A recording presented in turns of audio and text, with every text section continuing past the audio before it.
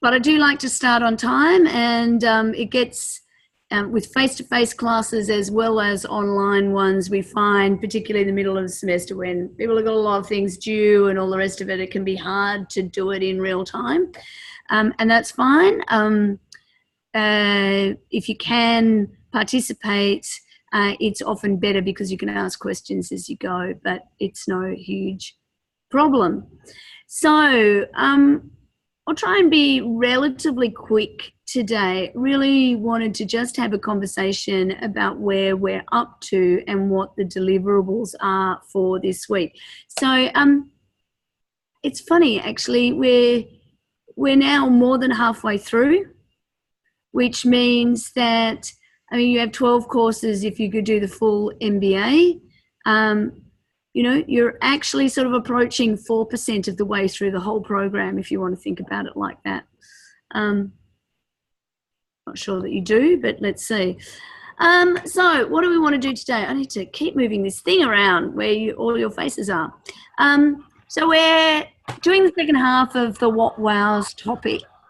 I want to talk to you about the deliverables for this week, but we did sort of talk about some of them to an extent last week anyway. And sorry, I'm just going to remember what I was thinking when I wrote some of this. Also today, really what we're thinking about here is, now that you hopefully by the end of, or by yesterday, you have collated a whole heap of ideas. The focus of this week is to work out the funnel of what these ideas are going to do next, and work out some ways of identifying which are the best ideas to take into the next stage, where you're going to start doing some prototyping and testing. Actually, before I go on too much further too, I should, I think Mark actually offered his apologies last week. Since I managed to talk him into joining us and working with me on the delivery of this course, today is his moving house day. You might have noticed on the videos previously, he's always got boxes behind him. That's because he's moving house. So he's moving house today, and so he won't be with us today. So individual deliverables this week. Nothing separate again. Or actually last week I think I said there was nothing separate, but there were the how might we questions that you needed to prepare, but it was all part of a bigger picture. And I do just want to say, for on the record, for those groups who prepared how might we questions together, if you submitted those, that will be fine for that activity. That's not a problem at all. So the journal task this week will really require you to think about the different tools that you use in your group and to reflect on whether they worked for you, what the pros and cons of using them were, maybe looking into the future and thinking about in what sort of circumstance you might use those tools, or the 75 reasons why you think that they're terrible tools and you'll never use them. I don't mind, you reflect as you find appropriate, and think about the best circumstances for the tools, what the pros and cons are.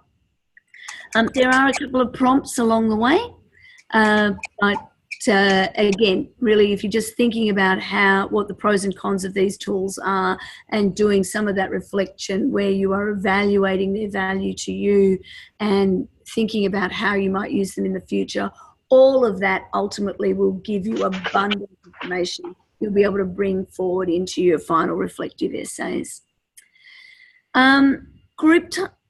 Okay, something's gone wrong here. I've opened... What has happened? Oh, no, that's okay. I know what I've done now.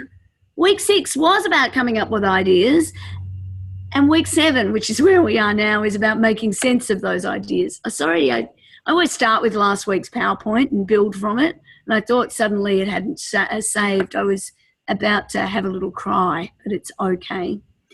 So again, quite a lot of deliverables for your group this week, and I'm really cognizant that you guys are time poor. So I think one of the challenges for your groups really early on this week is really identifying where you're going to spend your time.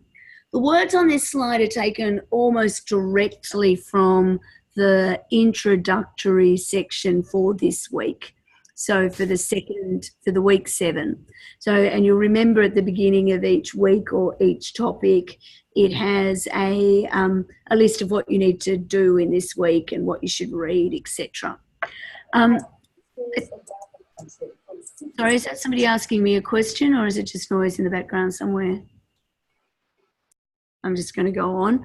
But yeah, shout out if you've got a question. I've just realised I don't have the chat up, so I'll try and get that. So basically, once again, move that away.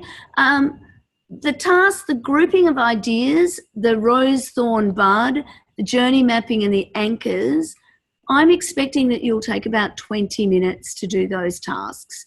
And I think that this is a good opportunity to instill some discipline in the groups. It's like set your time up and actually go with it. I don't want you to overthink these tasks. I want you to really practice working efficiently in the groups where you can. The one where I think that you need to spend more time is the importance and difficulty matrix. I'm going to talk through that because I think that will really help you. And I would be suggesting that you do the importance difficulty matrix after you've done these other ones, because the ideas that you get out of these other tools will help you line things up in the order that you'll need to do. But I'll explain more about that as we get through there. And then all of that will lead to the design criteria. And the design criteria, we'll talk about it a little bit in a little while. But again, avoid the temptation to overthink it and to spend too much time. It just needs to be a very short list. And if you're spending more than 20 minutes, and I'm giving you these times knowing that you're students and I'm a teacher, and that any time I tell you it should take, you will aim to do it in half the time. So really be disciplined about maxing it out at that time, because you can get inefficient working in a group. People can have different expectations of what needs to happen and what the outcome should be. And it can be hard to say to other people, come on, we've done enough, what's the outcome? I know when I was doing my own MBA and working in groups, the number of times other people said to me, because to combination of being a lawyer, being a bit of a perfectionist at the way that I do things anyway, believe it or not, and having that sort of mindset that comes with the kind of profession that means you're constantly looking for problems. The number of times that people in my group said to me, effort to reward, Kath. What do we need? This is what we need to do. It's time to move on. So I'm, again, just reminding you of the importance of doing that yourselves. Why are you doing all these things?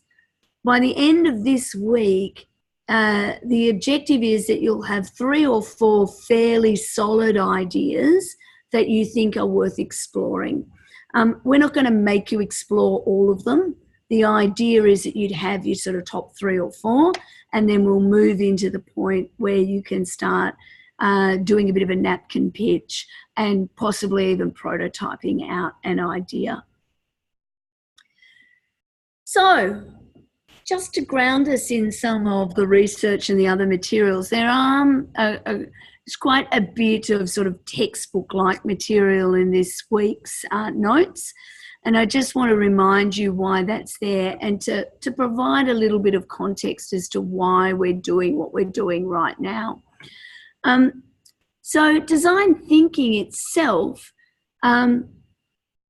is a methodology, and the reason that we think about this methodology, or why we're bringing it to the forefront, is because the methodology is developed to a large extent in response to the requirement for innovation. So over the 80s and 90s, a lot of business thinking was around improving quality. And out of that, following on from that, we went from not only improving quality, but from finding ways to innovate and seeing innovation as a core strategic capability. Design thinking itself is a common language. It's a common approach to solving problems and for taking advantage of opportunities, identifying and taking advantage of opportunities, which together are really the essential ingredients for innovation. If you go down the research path, there is almost an unending set of things that you can read about open innovation. For our purposes now, we want to think about open innovation as a strategy for innovation that entails deep engagements with customers, either through open-ended inquiries about their needs or by extending services and the service offerings. So during deep engagement, the customers or the users are often invited to be co-creators. Now, we'll talk about co-creation and the customer or the learning launch in the second last topic that we do. But I want you to be thinking about that now. Whilst you have done quite a lot of research and a lot of thinking about a stakeholder that you're designing for, and by the time we get to the point where you've got design criteria, we know who your end customer is going to be. Ultimately, we'll be pushing through to where that person or that group of stakeholders becomes your customer. So it's worth just forward thinking about that a little bit at this stage. So I've just realized I can't see you anymore. I'm just going to take a second to make sure I get the chat up where I can see it, just in case somebody wants to ask something and I don't notice.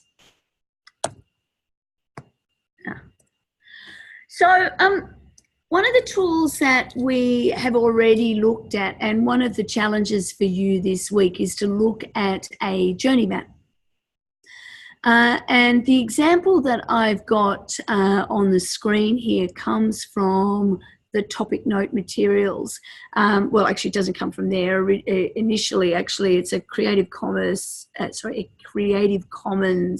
licensed map. And I can't see who it is. I think it's Mark Stickdorn material. It will actually have the acknowledgement on it, but on my tiny little Surface screen with my 53-year-old eyes, I can't read it. So Mark Stickdorn, you will have seen some of his materials already in the readings that we have, is a very well-known design thinker. And his approach to design thinking and some of the tools that he's developed, they're mainly Creative Commons licensed, which is good. You can use them with attribution, which is handy for you. And he's developed or expanded on a number of the Lydekker and Ogilvy tools and the D-School tools as well. So the customer journey canvas, or the customer experience map, which is the way we're looking at it now, is a good way of identifying the things that your customer or your stakeholder, depending on who you're using it for, does now, and identifying their thoughts, feelings, the contextual influences that they use. It's also a great way of recognising opportunities for incremental innovation or to fill gaps. So where new products or services might help in a particular way. So now I'm showing you this model because the one that we used previously, you will remember, my only blank space on the screen, I can't see it. I'm hoping this will work. Sorry, disappeared. You'll remember before, the tool that we used, another version of the customer experience map. Hopefully I can draw, actually I might just expand. I think this will expand so I get a bit of white space to draw on. No, it doesn't, goes backwards.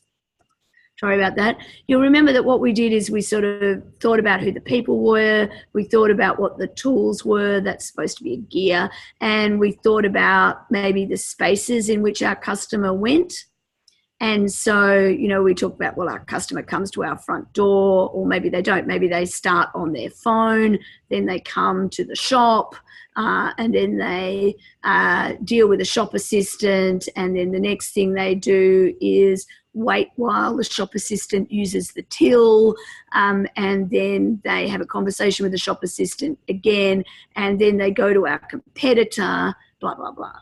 So that's one way of mapping it out, and it gives us insights. Let me get a different color so it makes sense. It gives us insights as to where we might need different people, or where there might be problems with the tools, or where we might have opportunities to stop somebody from going to the customer but coming back here, or whatever it, you know, sorry, the competitor, whatever it happens to be. So by mapping them out, the tool here basically identifies a number of these different elements, and takes into account things like past experience, where your stakeholder hears about someone, what advertisements or public relations that they deal with, and then basically asks you to go through that same sort of journey. They've heard about your product. How do they go through the physical places, and where do they come out at the other end? What are they saying to other people about your services? Catherine, so annoying when I'm annoying. What are they saying to people? What are they posting on social media? How are they being managed, or, you know, in a database or through word of mouth or otherwise? So again, very, very similar tool. You're not using anything new. And if you feel more comfortable doing your customer journey as a group using the tool that you've already used, that's fine. I just want all of these little activities to be experiences for you playing with these different tools. So in the context of, let me erase this, your particular assignments, you might be, I know a number of groups are focusing on the taggers themselves. You might be focusing first on the things that they do before they go out to tag, how they share information, what they talk about. And then here, I guess it's the service journey. That's probably not going to be the best descriptor of the process of them doing tagging. But if you're looking at it in the context of, say, buying the paint, it might be a relevant flow. If you're looking at it in the context of their experience with the police, or with public transport authorities, or with local residents or local shopkeepers, you can see, I'm sure, that there's a valuable process in mapping out what they do to get your insights. Everybody with me? I'm planning to move on. So, yeah, you're going to have to shout out if you've got a question today, particularly as it's on this small screen. It's been hard for me to be double checking whether you're there or not. Some of the other tools that are described in the text here, there is no particular activity in relation to this, but I think the new value curve, which comes out of some of the thinking about red-blue ocean strategy, which is, I think, one of the readings for this week. It's certainly in the materials for this week, the way that they've been prepared. So this is a useful tool for thinking about the different ideas or evaluating ideas that you have. Looking, and it could have been used actually thinking about it as a brainstorming tool too. Looking at how could you change something by reducing it? So I've decided today I just want to draw on my slides. It makes me feel more engaged with what's going on. I hope it's not annoying you. So what ideas, how could we make the problem, the service, the issue, the product smaller? How could we take features away? We talked about that a little bit perhaps in the Scamper tool.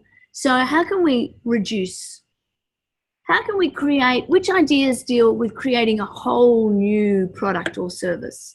what ideas are about changing, what ideas are around improving or leveling up, and what ideas are about eliminating services, costs, etc. Read the section in the tools, because I suspect here, particularly without the notes in front of me, I'm not doing it justice. But it is one of the tools that's referred to in the text. Personally, I think that Scamper analogy or acronym, I think that works really well for me, because it's got a list of different things for me to think about each time. And this to me feels like a cut down version of it, but it is a good tool or a good process for eliminating or for sorting is probably a better word, sorting the different ideas you have, which of these bundles might it fit into. Some of the other readings that you have for this week, or some of the online tools, talk about this idea of spiral development. And ultimately, spiral development isn't really anything more than iteration.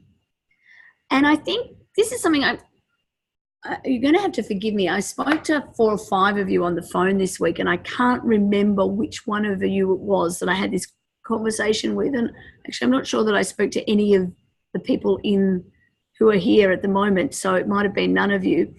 But I talked about this in this phone call, about this issue that we see where, in theory, and this is how this course is designed, we're basically going through this journey. We started by thinking about what design thinking is. We looked at the what is. We looked at the what if. We're now sort of halfway through, the what is. We're now halfway through the what if. And, we'll move on and we'll go to here. Actually, whilst this is a great approach, in real life, very few things actually take this nice sort of linear path. Wouldn't it be great if they did? The engineers and the lawyers would be really happy. Right at the very beginning, you'll remember, I think it's John Ilvey, I should have had a look since, but it's somebody from Apple who was asked, well, what does design look like? What's the design process look like? And drew something like this. And, we start here, we end up here, but there's all this messiness in the middle. I think one of the things, and I think that's a really good description of what design in real life looks like. But if we're going to go through a design thinking process, where this messiness comes from is actually these things, these iterations. We do it, we test it, we have a go, we see if it fits, and we make very quick decisions to go back and tweak as we go along. So spiral development isn't actually that different from this iteration idea.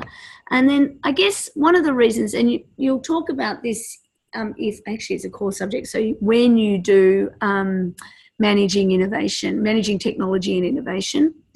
And one of the things that we look at is these sort of traditional sort of Gantt chart waterfall methodologies, where you can see a plan that says, we'll do stage 1 here, and then we'll meet a milestone, and then we'll do this, and we'll do this, and we'll end up with X, our product at the end.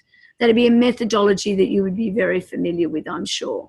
And right up here, before we even start stage 1, we've got full detailed scoping documents for what X looks like, what features and functions it will have, what's in scope, what's out of scope, etc., etc. And before we even get to that first stage, you had months and months and months of drawing up that documentation. Then there was quite possibly a tender process that followed that, and then some legal documentation. And it might take a year or more even to get to day 1 when our outcome at the end was, so we might have, 3 years between deciding to do something to build X and then finding X at the end. That's great. But in a fast-moving, changing world, X might not even be relevant by the time we get to step 1. If you think about things, a good example of this to me is for those of you in Victoria, although it's other similar things, we have Mikey public transport card. Opal is, I think, used in New South Wales and Brisbane. I know there's somebody in this class, I think, who's in Hong Kong. They have, I think it's like their MTR pass. There's the Oyster card in London, all similar sort of these card things. I'm thinking now that we all have smartphones with pay devices, we don't need to have those cards anymore. It actually annoys me that I get to the station and realise that one of my kids has taken can you hear all that noise next door? I've managed to pick the only room in the building because I had a meeting, and that is next door to people doing an improv performance or practice. So they get very noisy. But yeah, and I was involved. The reason I picked the ticketing system is Victoria's had a fraught process with public transport ticketing. We've had so many different iterations of it. As a lawyer, as a technology lawyer, I've been involved in the negotiation of some of the agreements. And I just think these ticketing machines that are so expensive and bespoke, ticketing systems, and these days, it's now just so easy. A different kind of technology that wasn't anticipated could replace that in a heartbeat. And so I guess that's what I'm saying here is that we're seeing more and more that we need to adjust to a new method of implementing projects, not just big infrastructure projects, and not just small solving a problem at work projects. That design thinking has a role in all sorts of projects because it allows us to start with an idea, to scope it out, then think, is it right? Let's go back, iterate, fix the scope a bit more, come back, build your business case, go through, develop, think about what is the problem that I'm solving? Am I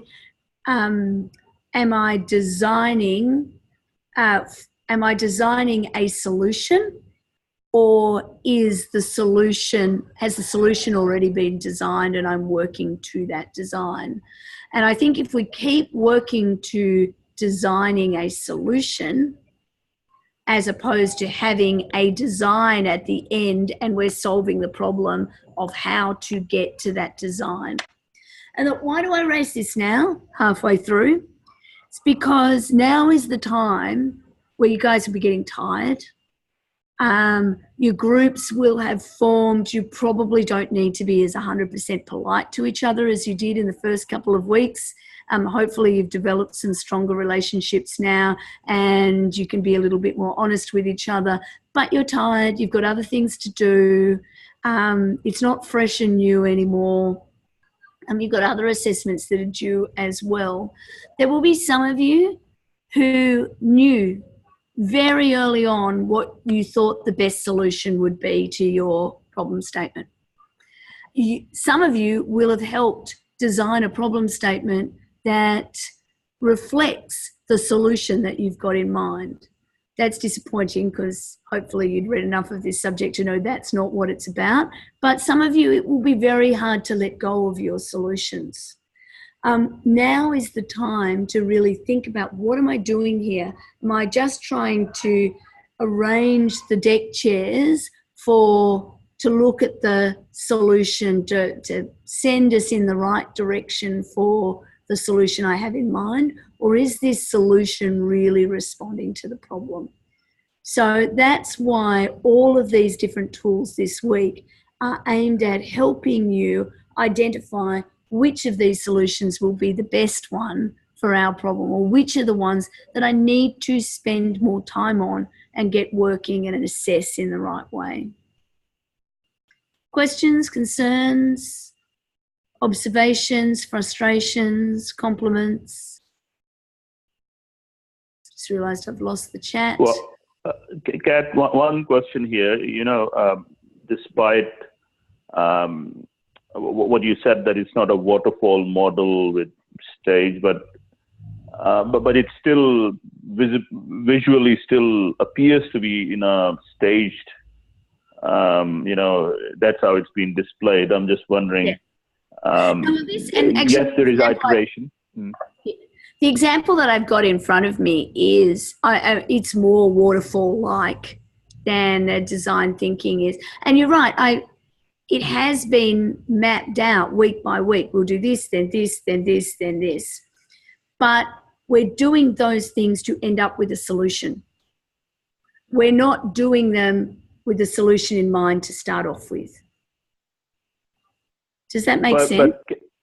But if I take an example, which is not a waterfall model, for example, in software development, you may not necessarily have a final solution at the beginning, basically, or you may not understand how you reach that point. You may have some object. And in my understanding, that there are various stages where you keep interacting between the stages as well. Yeah. And you change some of the original idea of scoping. The scope you may thought is the scope may change as well, actually, because you later come up with something different to, achieve that goal. Yeah, and look, and it's a common, the common reality is that the water never falls smoothly. That there will always be scope creep, there will be changes, there will be things you didn't anticipate. Some problems are harder to solve than others.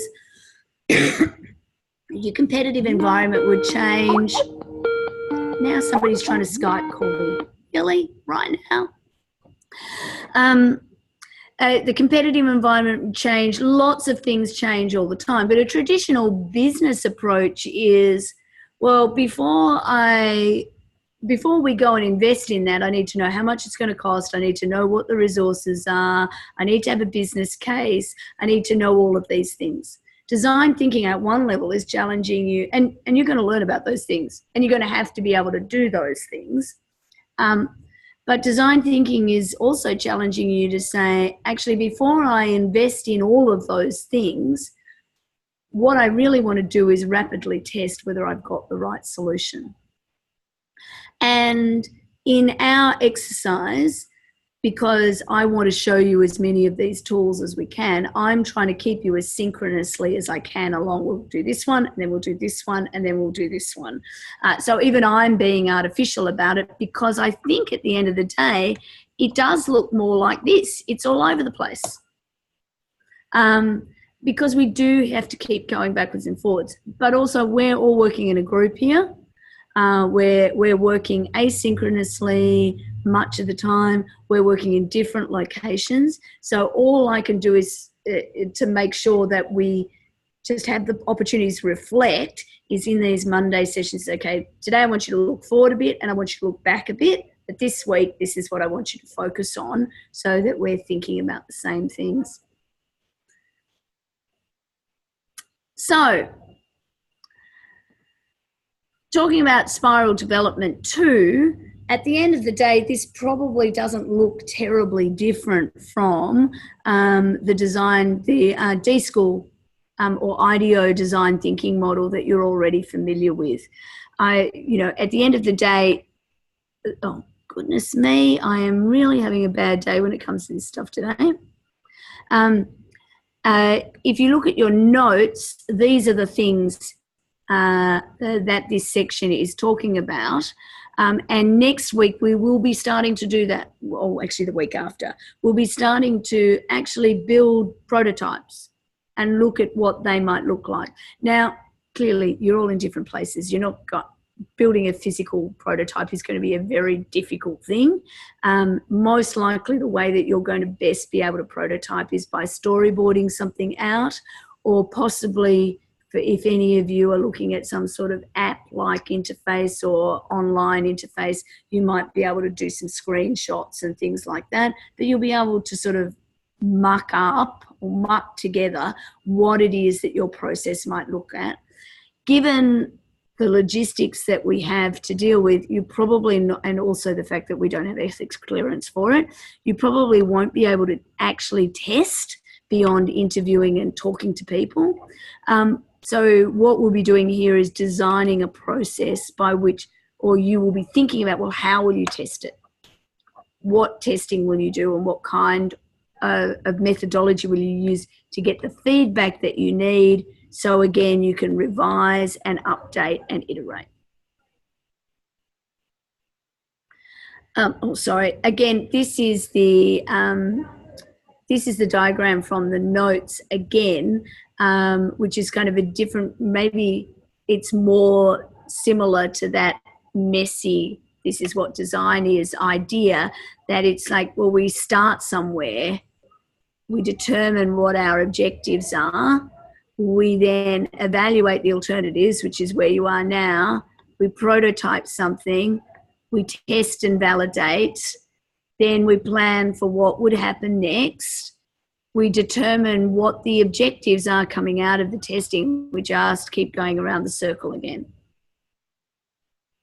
So I think the simplest way to think about that is this. It's not about getting the design right from the outset. It's about getting the right design. The right design will solve your problem. Getting the design right is a slightly different idea. So again, oh yes, this is, don't you love my little animations? I clearly have too much time on my hands, but this slide is from last week. The mind mapping, or the grouping and regrouping of ideas, this is a valuable exercise. We talked about it last week. You may well have used it for identifying questions, for triggering ideation. You may well have used it as an ideation source itself. It's also a great tool for organising the ideas once you have them, and looking at grouping them and regrouping them in different ways. Grouping them together by different themes or different anchors, and we'll talk about that in just a second. Your rose thorn bud. So rose thorn bud is a great way of finding ideas. It's also a great way of analysing the ideas that you have. This is a tool that I come back to over and over again. And it's often, particularly, and we'll look at the creative matrix, the importance difficulty matrix in a moment. But once you've used that to identify some priorities, actually rose thorn bud can help you even further to drill into what the things are that you might need to test, and how you might focus on what the best ideas are. So, a new tool at last, identifying the anchors. Anyone want to suggest to me what a different word for anchor might be in this context? It comes, by the way, from the Lydekker book. The field book probably has more information about this tool than the straight textbook. Center of gravity. So anchor, the center of gravity. Can you expand on that? So a center of gravity is the most important element in your project or design. Yeah. Yeah. So how do you identify what? So it's interesting too. I've got the S's here, anchors, and one of your tasks this time is to look at what the most important anchors for your project might be, using these different things that come from Lydekker and Ogilvy. Agree with you that the point is to anchor to the center of gravity, but I'm not entirely sure that the anchors themselves are the same thing as, I guess, again, using the language from the textbook, that North Star that your design brief has become. I won't keep you guessing, because if we're not on the same wavelengths, we're not. I think a good word, and Lydekker and Ogilvy don't use this, but I think a good word here is assumptions. So identifying the key assumptions that you've made around which you are ideating and that you're putting your project together. And because of the rapid fire way that we have dealt with research to get through our what is and our what if stages, we're making a lot of assumptions on the way. I think they're pretty smart assumptions that we're making because you've done the work to put together these personas, and the personas are based in real research, but you're still using this as an empathy tool, and you're assuming that somebody will respond in the way that you think they will based on a range of different research factors, but also stereotypes to an extent, your own imaginations. So there's some assumptions in there. There will be assumptions about what people will do next. So identifying the different assumptions are really, really important. So just moving on, I've actually taken this straight from the Field Guide book. So the link is there in your materials. In fact, I only threw it up today. So basically, when the tool of anchoring is in part around making sure that the ideas that you've created, that you can anchor them in a shared understanding of what the idea is and why it's important and the assumptions that it's based on. So have a look at this. Again, I don't want you to spend a huge amount of time on this task, but as you're looking at your range of ideas, identifying how they fit in to these different anchor approaches will give you insights about the value of the ideas themselves. Now, this is one of my favorite tools. My favorite enough that I even made a GIF for the materials to show you how to use it. But this is the one that I'm going to expect you to spend the most amount of time on as you're sorting out your ideas. So let me talk quickly about how it works. So in a real world situation where you'd be, well, it could be a virtual world as well. I don't know whether you've got an online whiteboard or whether if you're in a physical location where you've got, and this work, I use the word gallery in this context, where you've got lots of different boards or whiteboards or posters with your various different collations of your and sortings of your ideas. Basically, what we're asking people to do here, often the way to do it is to identify the ideas that you think are the most important. Sometimes the best way to do that, and I'll show you a tool called Visualize the Vote in a minute, which helps you sort of nut down to your contenders. Sometimes you might just want to pick all of them. Now, if you've ended up with 100 ideas, that's not going to be workable. You're going to want to get down to maybe your 10 or 15 at the most. So a good way to do that is for each of you to pick your 3 favourites. What I often do in a room where I've got lots of people is we use this Visualize the Vote, or I think Mark has a version of it which he calls, I'm adding words here. He calls it the Passiometer, and he's got some sticky notes that have look like lips, and you go and put the lips on the ones that you think matter. I tend to use different coloured dots, and I give everybody $1 million.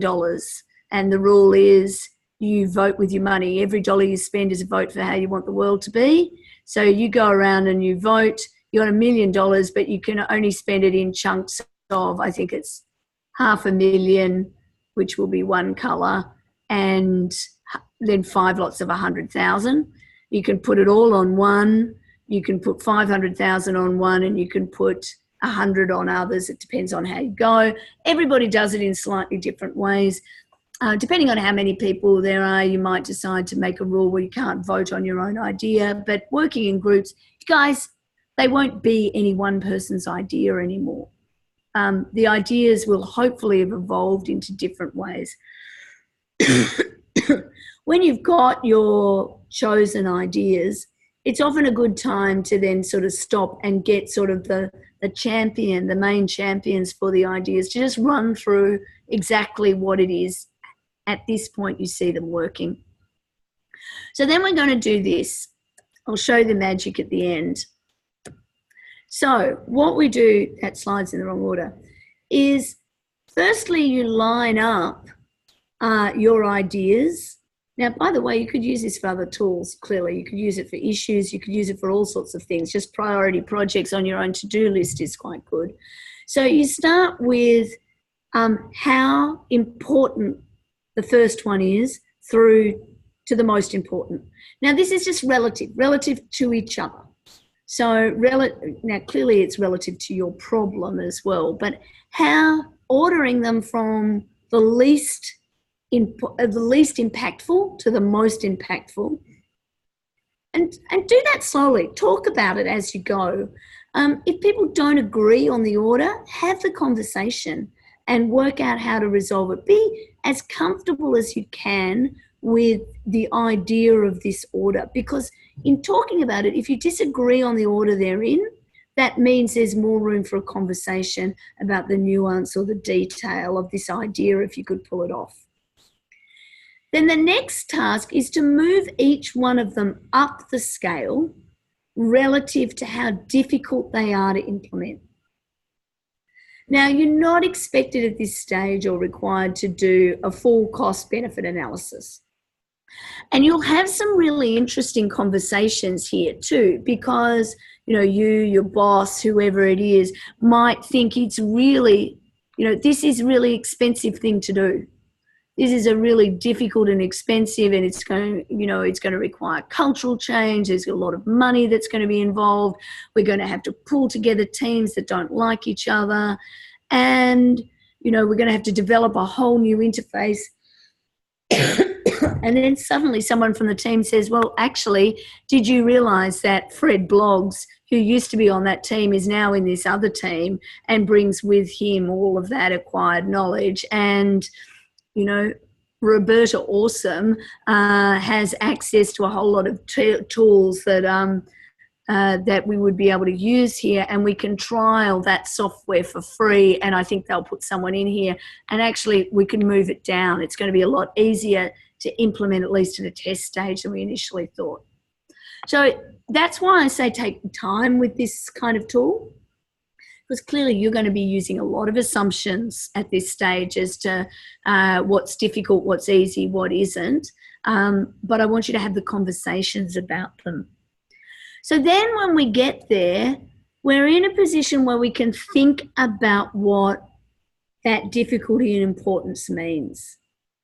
And I think if it's of low amount of difficulty, but not particularly high impact, the stuff that's in this area is our low-hanging fruit. Like, it's relatively easy to do, particularly the ones that are down there. It's not going to make a big bang change, but they can make incremental change, and they're important. Clearly, these are our high return on investment items. They're high on the impact or high on importance, but they're not all that difficult to do.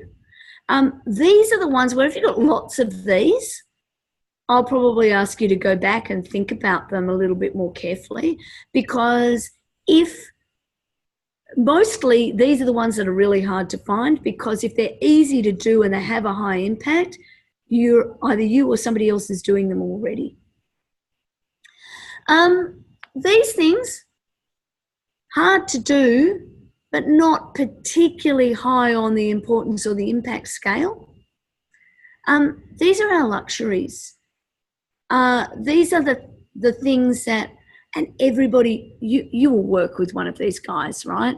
There's somebody in every organisation who wants the Rolls-Royce method of doing something, even though you only do those projects every now and then. And actually they feel like luxuries. These are the strategic ones. They're hard to do,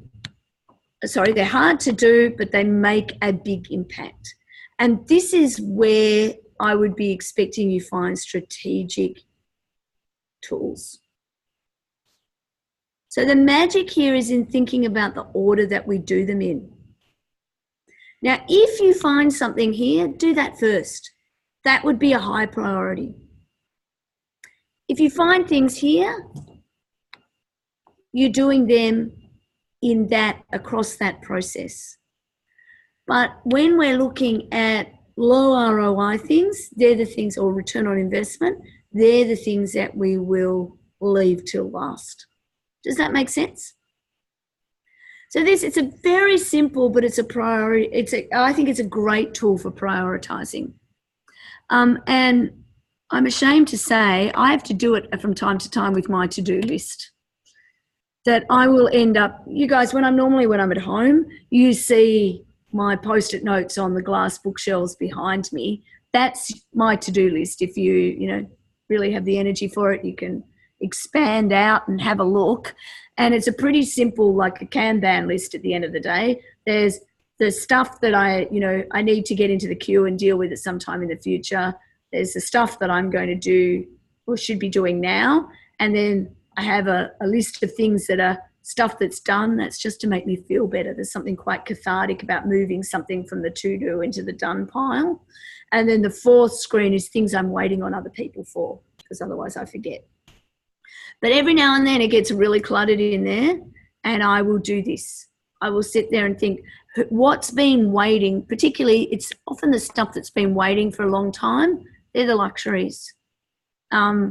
Or if I've got stuff that's high ROI and I'm not doing it, that's a good way to remember to actually block out time and just make sure that that thing that would save me time down the track gets done properly. So it's a good tool, and I actually commend you to play with it if you haven't used it before. Sorry, I'm still not 100% well.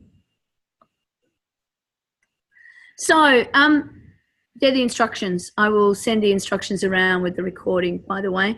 The one caution I would have with this tool is don't think about it as a scientific cost-benefit study. It's a finger in the air, get a sign of what the wind is doing. It can be useful to talk about things in the quadrants and maybe even look, while you've got things in the quadrants, maybe do a quick rose thorn bud analysis there as well of to what is really important. It's as much as anything in a group, it is a fantastic way of focusing the conversation on the stuff that matters. I think I described vision. Sorry, I'll go back a second. The visualize the vote, I think I have actually just described it before, so I will rock it through. I just want to point out that visualize the vote is actually one of the Luma tools. And in particular, hopefully it'll come up now. Yes, it should. This is a tool that I have pointed you guys to.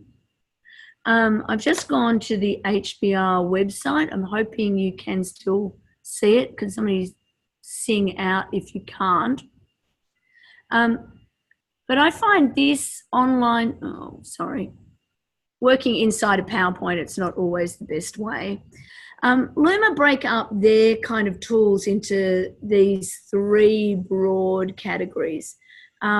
This idea of tools that you use for looking, for research, for the what is stage, and also a bit for testing.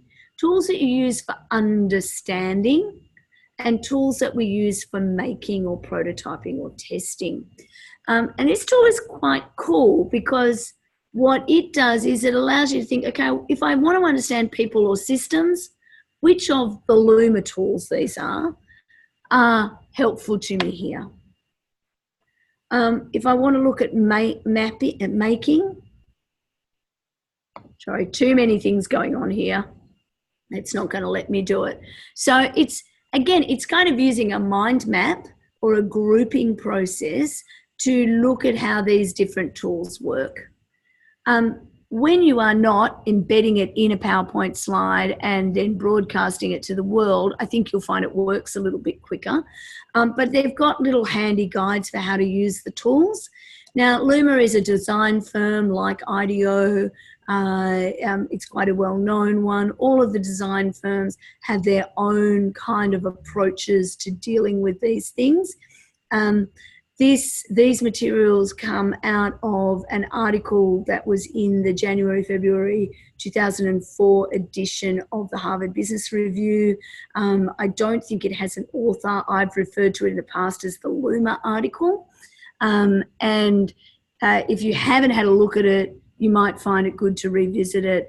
And if you haven't had a look at this tool has been in the readings links a couple of times, but I just thought now's a good time to actually just show you how it works, even though my ability to show it is a little bit limited.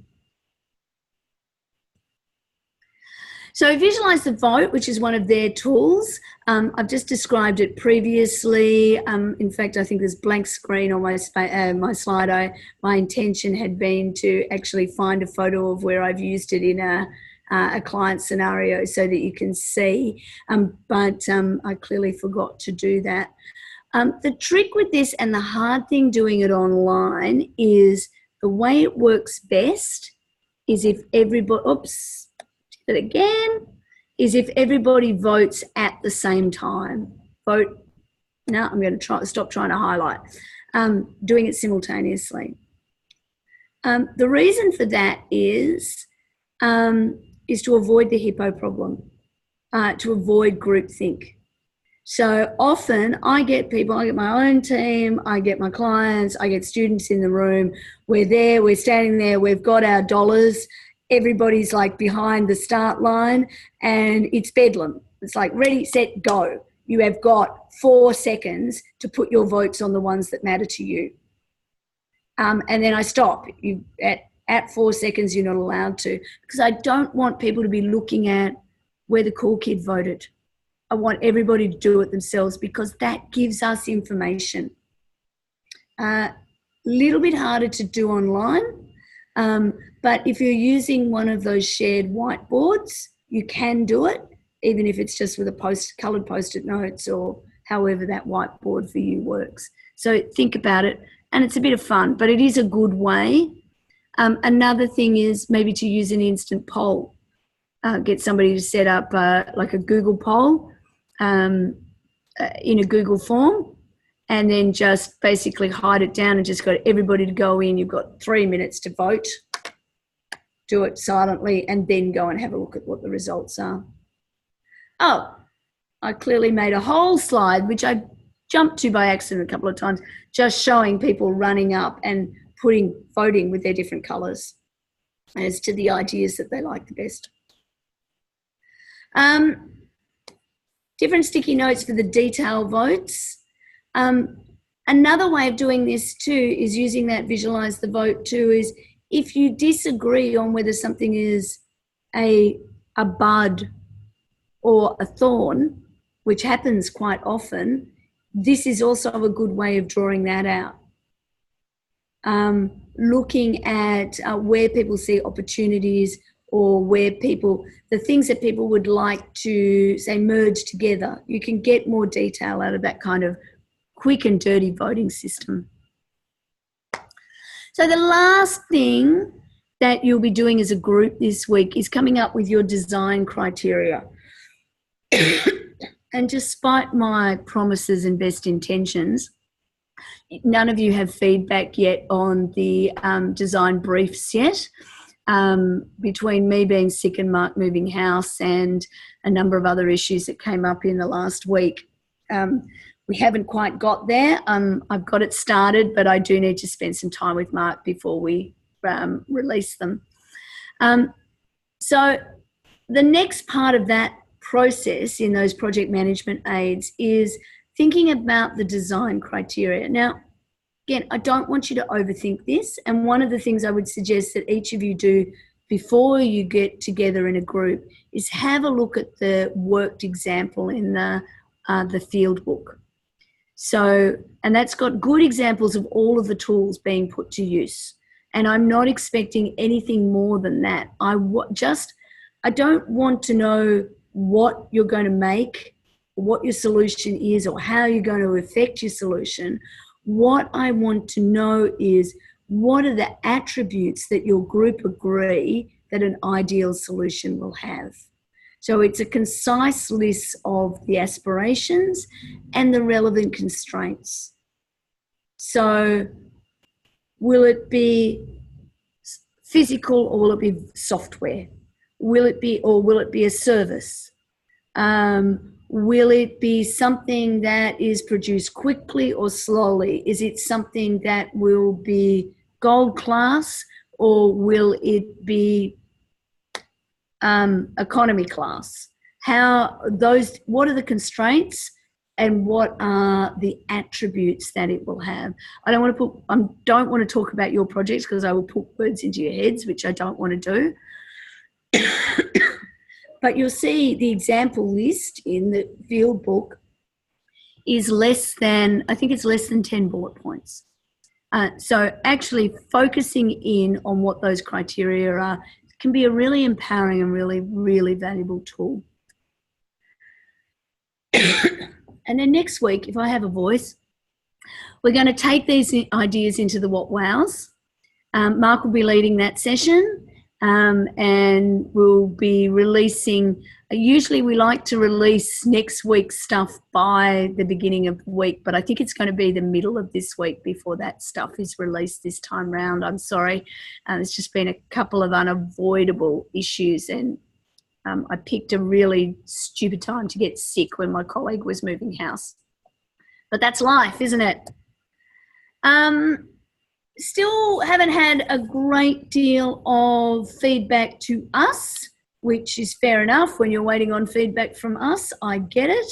But I have every time that I teach something, and particularly when I'm teaching it for the first time, I find there's a lot that I can learn from your experience. So I am really keen to hear particularly what we could change about the experience for you.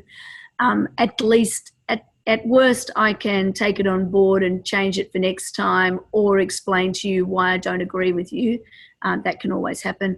I got a great suggestion, which is it's actually low-hanging fruit in some ways, that came from my contract class, which I'd be interested to hear whether you think this would be useful to you as well. But it's just, particularly with Canvas, it can be quite messy to find things. It's not always super obvious. And somebody suggested, why don't we start the week with just a quick outline of what the deliverables for the week are. I'm kind of doing that in these sessions. But a quick announcement that reminds everyone doesn't sound to me like it would be a huge amount of work for me and could be quite useful to you. So I don't know, I'm saying that without talking to Mark, he might not agree. But yeah, it's amazing how you can get really good ideas. I'm kind of embarrassed that that's one I hadn't thought of previously. Questions, concerns, frustrations, compliments. I've just looked at the time, we're just over an hour. Thoughts? I've done a lot of talking tonight. I think I'm just anxious to get through the stuff and haven't given you a chance to butt in.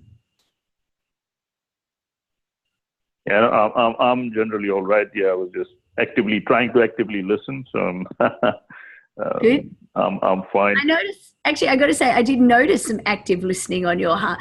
And it's hard to do on screen because I'm looking at where you are on the screen now, and now I need to look at the camera. But I did notice some nodding and it's good.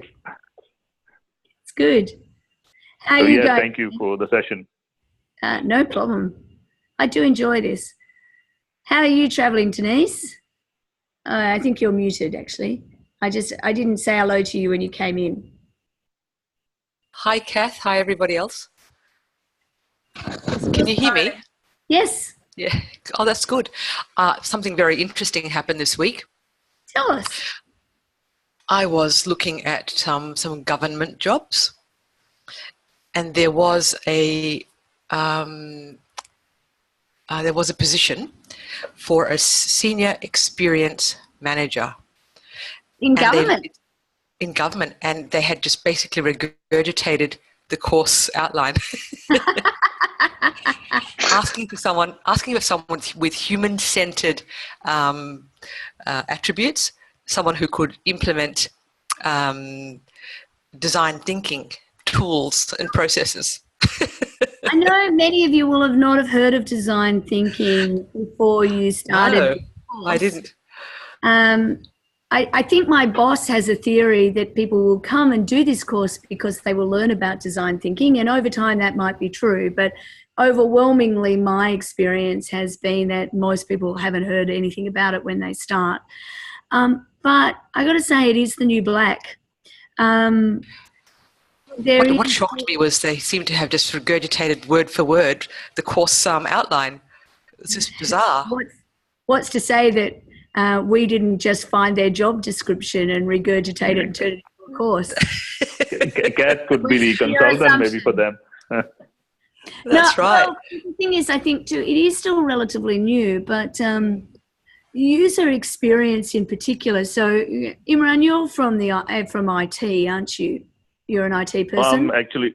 I'm actually an electronics engineer with a bit more background in industrial automation, which is a little bit. There is IT involved, yes, but not fully. It is part of engineering. Okay. Well, yes, you. Well, actually, I don't teach it anymore, but managing tech and innovation, where we look a bit at Industry 4.0. You would be, when you do that subject, you want to be an Imran's CLM because, he'll have some incredible insights to bring in that space. But over the last few years, a lot has happened with user experience. And when we think about it, particularly those of us who are a little bit more on the grey-haired side, not that that would be any of you, but when I first started using a computer in a workplace, there was actually an acronym that people used, WYSIWYG, what you see is what you get. And it was completely new and fancy. I mean, that was sort of what Apple computers brought to the world to a certain extent. And this idea that you could move around on a screen and touch a button and it did something, as opposed to having to put little bits of code in to make the computer do something, and that you could see the letter that you typed on the screen pretty much the way that it would print on the page. They were quite different things. And so it's actually only over a relatively short period of time that we've moved from this idea that, I mean, people still use that language, don't they? Kids are so computer savvy or IT savvy. Because older people on the whole, and I'm really generalizing here, but I think of being IT savvy as being able to code as opposed to being able to use software. But one of the reasons why so many people are good at using software now is because experienced designers have thought about the process of how human beings interact with software. And from that, we've then pushed ourselves out beyond the screen to think about how people interact with an organization or a brand or a service. And so service design has become a really interesting thing. But user experience or human-centered design in a government context is I think that's the new Everest, actually. It could be a very, very interesting and very challenging job. Though, my mind is a little bit foggy. I'll try and... Good luck, Denise. But there's a very interesting project that a lot of governments, organisations have signed up to, which is around crowdsourcing design thinking ideas for making better government. So they run out of it's the hive mind, and also because government is particularly low on resources, often being able to run design thinking workshops to think about what the actual outcome that their problem they're trying to solve is. Really well, I think this particular branch of the government is they want to make sure that the public or the customer is accounted for, and especially when they're doing it for all the urban renewal projects, and especially this particular role is out at Circular Quay in Sydney, where the harbour is, and they want to make sure anything that they do has taken into consideration human-centred design. Well, that's really interesting because it's a really valuable space. I mean, I was thinking last night. Absolutely. I'm a very amateur runner, and so a lot of my friends on social media are also runners, and they are. So everybody's been very excited by the Commonwealth Games. And a small change was made with the way the Commonwealth Games closing ceremony. Yes. And that became a controversy. Yes. I've been absolutely flat chat today. I've not looked at any news. I didn't know whether it was just running people or if it's a bit broader. Everybody, but by making these changes without thinking about what the human element is. So, yeah, very, very exciting. That was very interesting. So good to see it out in the real world.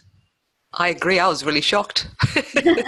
Well, hopefully it makes you feel better about this incredible investment you're making with your time and efforts and money in doing an MBA, that you can see the link to looking forward. Well, in particular, this course, Kath, I think is it's unusual. I found it unusual to start, but I think it has such relevance now, and just every day considering what's going on and what people are talking about.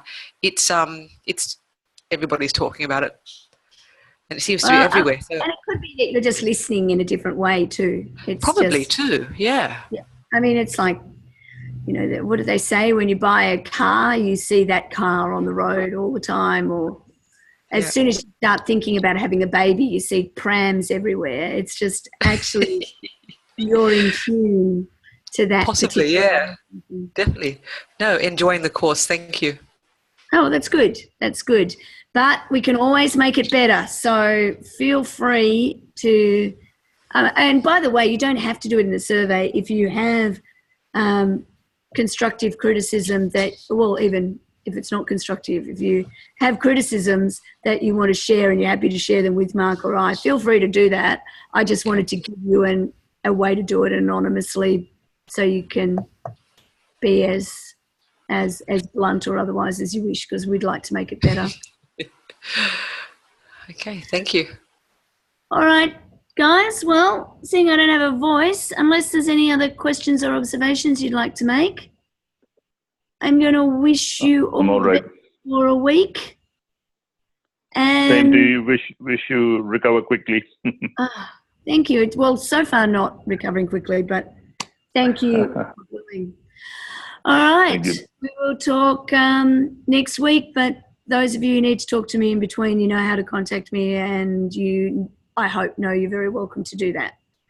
Give Mark a day or two to settle into his new house. If you do have questions, either wait for him or call me first. Thank you. Okay. Cheers, guys.